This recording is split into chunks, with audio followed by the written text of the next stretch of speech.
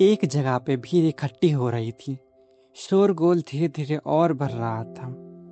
एक के बाद एक करके सभी व्यक्ति सज धज के इस भीड़ का हिस्सा बन रहे थे। मैं भी उसी पास के रास्ते से गुजर रहा था। मुझे ये जानना था कि इस जगह पे ऐसा हो क्या रहा है।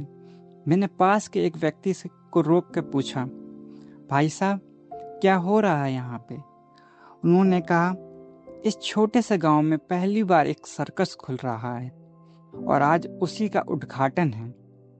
इसीलिए आसपास के सभी गांव से कई सारे लोग इकट्ठा हुए हैं आज सर्कस देखने के लिए।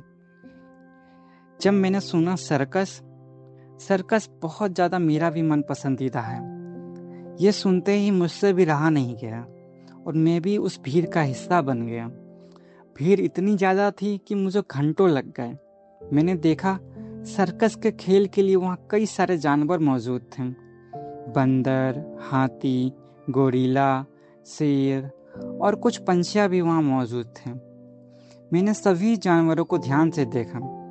कुछ पिंजरों में बंद थे तो कुछ लोहे की जंजीरों से बंधे हुए थे और एक व्यक्ति उन्हें खाना डाल रहा था। जब मैंने ज़्यादा गौर किया तो मैंने ध्यान दिया कि हाथी रस्सी से बंधा हुआ है, जबकि हाथी तो इतना विशाल और शक्तिशाली होता है, उसे लोहे की जंजीरों से बांध कर रखना चाहिए। मैं सोच में पड़ गया, ये क्या है और ऐसा क्यों है। मैं वहां पे खड़ा रहा।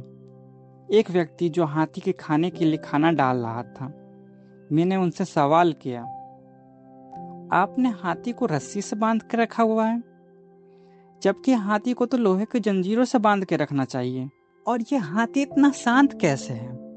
क्या ये अपनी पूरी जिंदगी यहीं बिताना चाहता है? इसके बाद उस व्यक्ति ने जो मुझे बताया मानसिक जंजीरों के बारे में, मेरे होश उड़ गए और शायद आपके भी होश उड़ जाए। उन्होंने मुझे बताया ऐसा इसीलिए है क्योंकि इन हाथियों को बचपन से ही रस्सियों से बांध दिया जाता है। जब ये छोटे होते हैं तो बहुत प्रयास करते हैं मगर रस्सी तोड़ नहीं पाते क्योंकि उस वक्त इनमें इतना बल नहीं होता।